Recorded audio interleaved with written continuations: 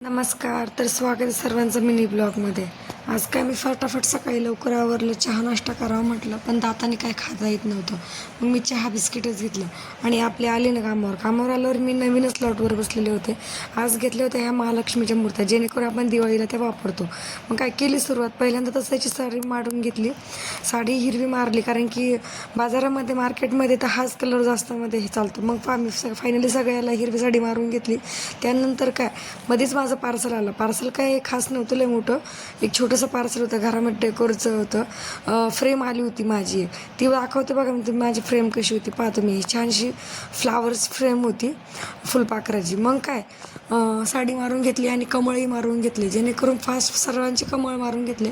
आणि जे सोपे आधी कामं असतात ते करून घेत असते मी. जे मग काय पाट पण मारून घेतला, राहिली होती बाकी आता फक्त गोल्डन मारण्यासाठी बघा तुम्ही, गोल्डन पण मारून घेतली बरं का मी फास्टमध्ये.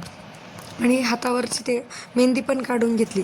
आता राहिली होती म्हणजे ती फक्त कमळ रंगवायची. प्रत्येक मूर्ती अशी खूप छान अशी दिसत होती. मग काय कमळं पण मारून घेतले. हे पहा एक कमळ मारून दाखवलं तुम्ही, अशी सगळी कमळं मारून घ्यायची होती मला. हे पहा कमळ मारताना पण खूप बारकाईनं मारावं लागतं, कारण की हातावर आले नाही पाहिजे. मग काय मी आपलं स्लोली काम करता पूर्णपणे फाटाफट सगळी कमळ मारून घेतली. बघा अशी छान अशी पेंट करून ही मूर्ती तयार झालेली आहे. बाजारामध्ये जी मूर्ती आपल्याला छान अशी वाटते ती फायनली अशी दिसते. खूप या पाठीमागची मेहनत खूप असते बरं का. तर व्हिडिओ आवडला असल्यास असं शेअर करा, कमेंट्स करा आणि नवीन असाल तर लाईक करा. बाय बाय सर्वांना.